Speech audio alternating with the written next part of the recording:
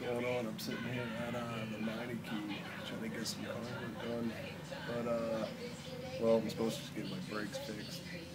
But I'm so gullible when it comes to fucking car stuff. They can tell me anything that they fucking want, and I believe them because I'm an idiot when it comes to fucking car stuff.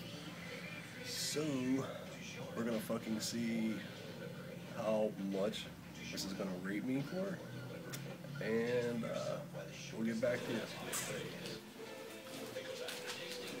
Well, I just got back from the fucking auto place, and these cocksuckers are fucking trying to ass rape me for $1,900. I just went in there for a fucking brake service, and now all this other shit's going on with my car. Asshole, I would rather drive my car off a cliff than fucking pay you dumbasses $1,900. No. Not happening. So I'm gonna drive this fucking car until the fucking wheels fall off. It's cheaper just to buy a goddamn car than to fucking get it repaired.